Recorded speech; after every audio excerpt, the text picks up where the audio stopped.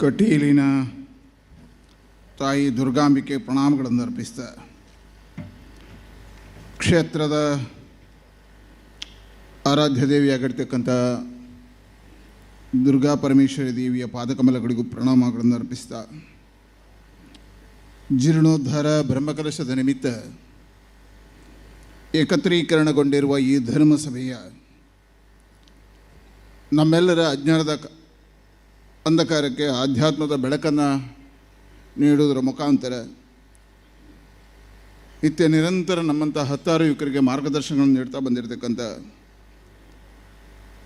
ಸುಬ್ರಹ್ಮಣ್ಯದ ಶ್ರೀ ಸಂಪುಟ ನರಸಿಂಹಸ್ವಾಮಿ ಮಠದ ಪರಮಪೂಜ್ಯ ಶ್ರೀ ಶ್ರೀ ವಿದ್ಯಾಪ್ರಸನ್ನ ತೀರ್ಥ ಸ್ವಾಮೀಜಿಯವರ ಪಾದಕಮಲಗಳಿಗೆ ಪ್ರಣಾಮಗಳನ್ನು ಅರ್ಪಿಸಿ ಈ ಸಮಾರಂಭದ ಜ್ಯೇಷ್ಠ ಅಧ್ಯಕ್ಷಗಾದಿಯನ್ನು ಅಲಂಕಾರ ಮಾಡಿರ್ತಕ್ಕಂಥ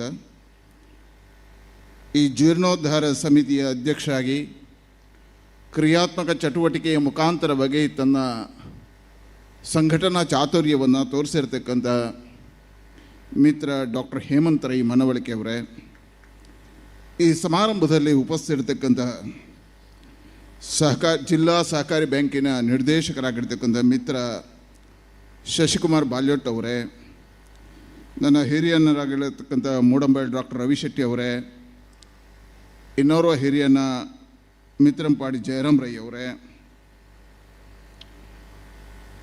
ಮಿತ್ರ ಸತೀಶ್ ಕೆಡೆಂಜಿ ಅವರೇ,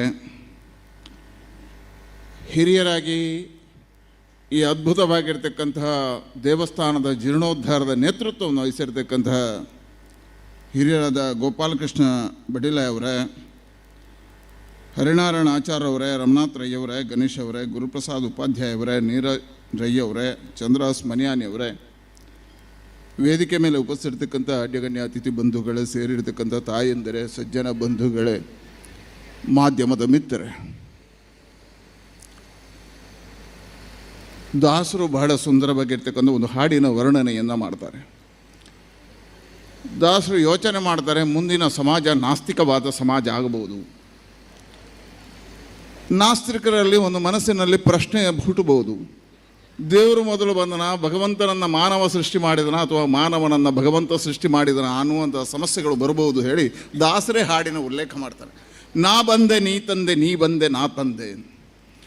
ಈ ಪ್ರಶ್ನೆ ಇಲ್ಲಿದೆ, ಭಗವಂತ ಮೊದಲು ಬಂದನ ಅಥವಾ ಭಕ್ತ ಮೊದಲು ಬಂದನ, ಭಕ್ತನಿಂದ ಭಗವಂತನ ಅಥವಾ ಭಗವಂತನಿಂದ ಭಕ್ತನ ಅನ್ನುವ ಪ್ರಶ್ನೆಗೆ ಜಿಜ್ಞಾಸಿಗೆ ಅವರು ಉತ್ತರಗಳನ್ನು ಕೊಡ್ತಾ ಹೋದರೆ, ಆದರೆ ಶರವೂರು ಈ ಕ್ಷೇತ್ರದಲ್ಲಿ ನೋಡಿದಾಗ ನನಗೆ ಅನ್ನಿಸಿದೆ, ದೇವಿಯೇ ಇಲ್ಲಿ ಮೊದಲು ನಿಂತರು, ಭಕ್ತರ ಮುಖಾಂತರ ತನ್ನ ಸೇವೆಯನ್ನು ಸ್ವೀಕಾರ ಮಾಡಿದರು. ಅಂತಹ ಯೋಗ ಮತ್ತು ಭಾಗ್ಯವನ್ನು ನಿಮಗೆ ಕರುಣಿಸಿದ್ದಾಳೆ. ಇಲ್ಲಿ ಸೇರಿರ್ತಕ್ಕಂಥ ಸಹಸ್ರ ಬಂಧುಗಳೇ, ನಾನು ಅಭಿವಂದನೆಗಳನ್ನು ಸಲ್ಲಿಸ್ತೇನೆ. ನಾನು ಲೋಕಸಭಾ ಸದಸ್ಯನ ಸ್ಥಾನವನ್ನು ಬಿಟ್ಟು ಮೇಲೂ ಹತ್ತಾರು ಧಾರ್ಮಿಕ ಕ್ಷೇತ್ರಗಳಲ್ಲಿ ಕೈಯಾಡಿಸಿದವ, ಅನಿವಾರ್ಯ ಕಾರಣಕ್ಕೋಸ್ಕರ ಧಾರ್ಮಿಕ ಕ್ಷೇತ್ರಗಳ ಜೀರ್ಣೋದ್ಧಾರದಲ್ಲಿ ಭಾಗಿಯಾದವ. ಆದರೆ ನಾನು ಶರವೂರಿನ ಒಂದು ಸಂಬಂಧವನ್ನು ನೆನಪಿಸ್ತಾ ಇಲ್ಲಿ ಆಗಿರ್ತಕ್ಕಂಥ ಒಂದು ಕಾರಣಿಕವನ್ನು, ಇಲ್ಲಿ ಆಗಿರ್ತಕ್ಕಂಥ ಮಹಿಮೆಯನ್ನು ಸ್ಮರಿಸ್ತೇನೆ.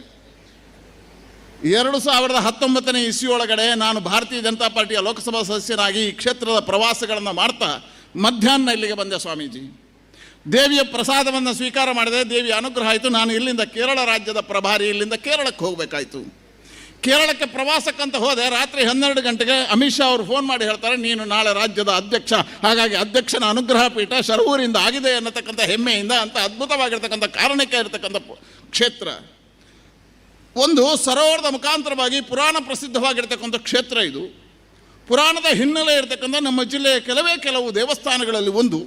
ನಮ್ಮ ಜಿಲ್ಲೆಯಲ್ಲಿ 3 ರೀತಿಯ ದೇವಸ್ಥಾನಗಳಿದ್ದಾವೆ. ಪುರಾಣ ಪ್ರಸಿದ್ಧವಾಗಿರ್ತಕ್ಕಂಥ ಕ್ಷೇತ್ರಗಳು ಒಂದು, ರಾಜಾಶ್ರಯದಲ್ಲಿ ನಿರ್ಮಾಣ ಆಗಿರ್ತಕ್ಕಂಥ ಇತಿಹಾಸ ಪ್ರಸಿದ್ಧವಾಗಿರ್ತಕ್ಕಂಥ ಕ್ಷೇತ್ರಗಳು ಒಂದು, ಸಾಮಾಜಿಕವಾಗಿ ನಿರ್ಮಾಣ ಆಗಿರ್ತಕ್ಕಂಥ ಪ್ರದೇಶಗಳು ಒಂದು.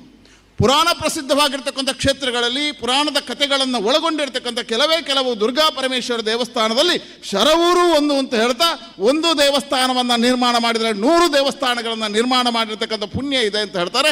ಅಂತಹ ಪುಣ್ಯ ಶರವೂರಿನ ಮಹಾಜನತೆಗೆ ಸಿಕ್ಕಿದೆ ಅಂತ ಹೇಳ್ತಾ, ನೀವು ಒಂದು ದೇವಸ್ಥಾನ ನಿರ್ಮಾಣ ಮಾಡಿದ್ದಲ್ಲ, 100 ದೇವಸ್ಥಾನವನ್ನು ಕಟ್ಟುವ ಪರಿಶ್ರಮವನ್ನು ಹಾಕಿದ್ದೀರಿ. ಆವತ್ತು ನೋಡಿದ್ದಕ್ಕೂ ಇವತ್ತು ನೋಡಿದ್ದಕ್ಕೂ ಅಜಗಜಾಂತರಾಗಿದೆ.